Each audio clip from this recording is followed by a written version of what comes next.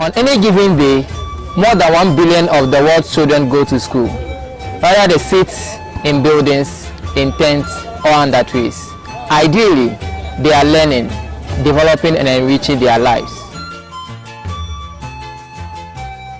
Quality education has the power to end intergenerational cycle of inequity, improving the lives of children and the society in which they live.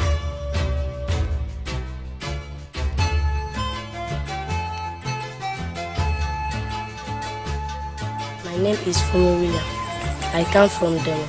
I am attending AP JHS1.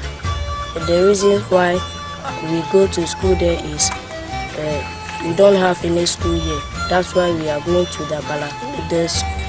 The school is long and we can't walk today. Education can provide children with the knowledge and skills they need to succeed in life. It is associated with increased incomes, reduced poverty, and improved health. But for education to play these roles, it must begin with early childhood development and continue with quality learning and opportunities that provide all children, especially the most disadvantaged, with fair chance to thrive. Quality basic education is a fundamental right of every child. This right is enshrined in the 1992 Constitution of the Republic of Ghana and in the Convention of Rights of the Child.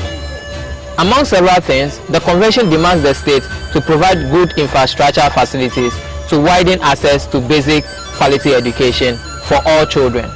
The Convention is in tangent with the United Nations Sustainable Development Goal 4 that enjoins governments to ensure inclusive and equitable quality education and promote lifelong learning and opportunities for all. Among the targets set for governments are as follows. By 2030, ensure that all girls and boys have access to quality early childhood development, care, and pre-primary education so that they are ready for primary education. By 2030, build and upgrade education facilities that are child, disability, and gender sensitive and provide safe, non-violent, inclusive, and effective learning environment for all.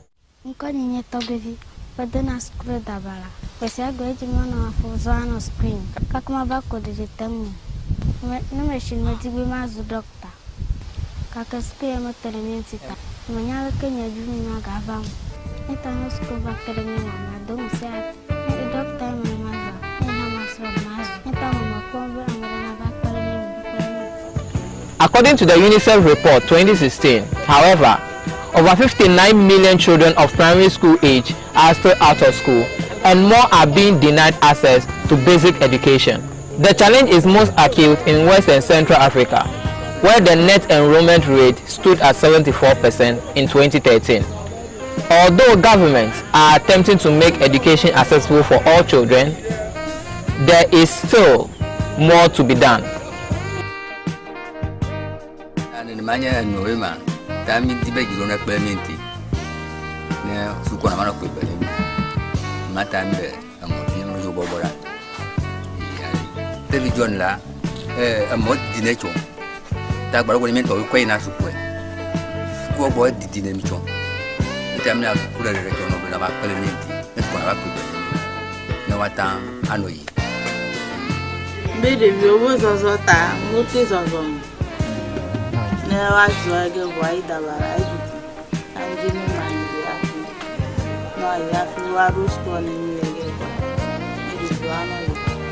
As recorded by UNICEF Ghana, nearly 623,500 children of primary school age in Ghana are not enrolled in primary school, and 1 out of 4 children in the kindergarten age range, that is from 4 to 5 years of age, are not in preschool. Most of these children are from poor economic background and live in the rural communities. This situation is very similar in Deme and its adjoining villages, that is Sagbakope, Kosamkope, Dzokplenu, Patukope, and Avorvlotey, where children of school-going age do not have access to basic quality education. My name is Avorvlotey. I come from Deme. I am studying the primary school. The reason why we are going to school at Deme because there is no school around us, and the road is too far for us. Sometimes we come come late when we come to school. Sometimes they are teaching before the end of the lesson. So when we have some school around us, we can be going to that school. The best option available is challenge by walking about 7 miles to and fro just to access education in the nearest town. Response about the children who are from far distance, like Dzokplenu and Deme, because of the distance. Most of them, before they reach here, they are almost tired, and usually too they come in late, and because of that, it has been affecting their studies. Nonetheless, Malala Yousafzai, a Pakistani activist for female education and a Nobel Prize laureate, said, in some parts of the world, students are going to school every day. It is their normal life, but in other parts of the world, children are starving for education. It's like a precious gift. It's like a diamond. And this is exactly what the children in Deme and other deprived villages are experiencing. The children are seen in this video how to walk miles to school, and by the time they get back home, they will be tired. This affects their studies both in the house and at school, as confirmed by the headmaster of the nearest school. I have about 8 communities serving my school. 8 communities serving my school. And I want to emphasize that those schools from Deme and those villages are the most serious ones that we need to take care of. Yeah. Some of the children are so small that they walk far to this place. And they are walk to the place here, before they reach the school here, they are almost tired because of their ages and their strength. And even in the food wise, before they reach here, whatever they ate in the home finishes before they reach the school, and they go hungry again. And they need to buy food. Sometimes too, the parents don't give them money to buy food to eat. Sometimes I have to bring out money from my pocket to buy food for those smaller ones who go hungry. And also, the distance affects them so seriously, because when they come and then go into the classroom, they feel very tired, and sometimes they even doze in the classroom because of the walk. Our statistics indicate that about 124 children in all the affected villages do not go to school due to the distance and the nature of the road network.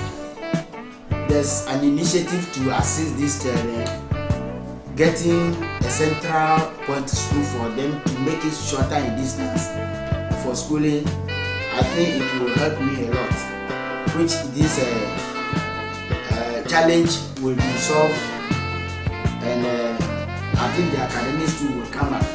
It makes them even calm down in the academy, because since they doze before teaching goes on, they don't listen to anything, and actually they cannot perform. So it's affecting them seriously. Parents are afraid to allow their children to go to school due to the high level of insecurity on the road.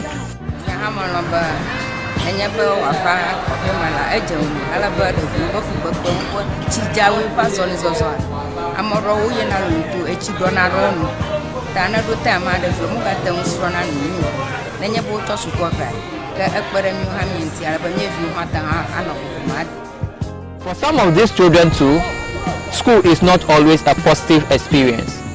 Some endure difficult conditions like unavailability or inadequate teaching material or makeshift sanitation facilities. These conditions are not conducive to learning or development, and no child should be allowed to experience them. We believe that access to poor quality education is tantamount to no education at all. To tackle this problem, PeaceAids International intends to provide a 9-unit classroom block which include auxiliary facilities such as health posts for first aid, a library, and an ICT room to serve all the affected communities.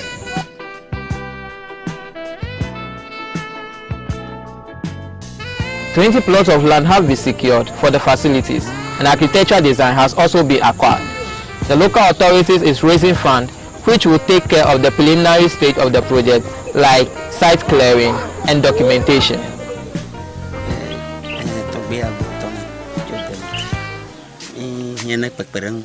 Community all around area, Deme, Dzokplenu, Kosamkope, sagbakope, Avorvlotey.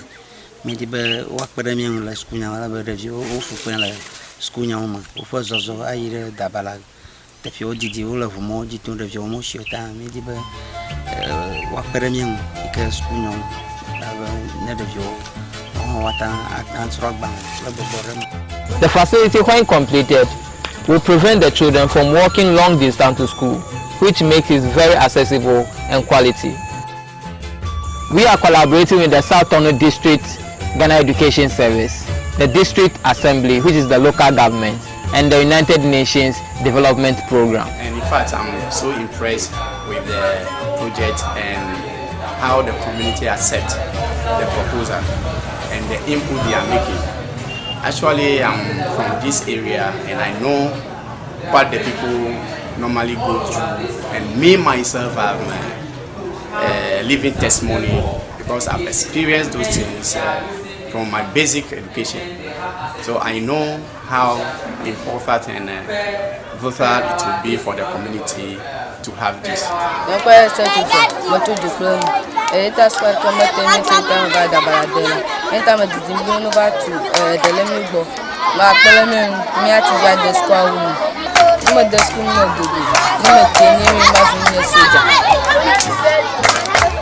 The PeaceAids International is therefore calling on corporate bodies, individuals, and international organizations to support in cash and in kind to liberate the children from this ordeal.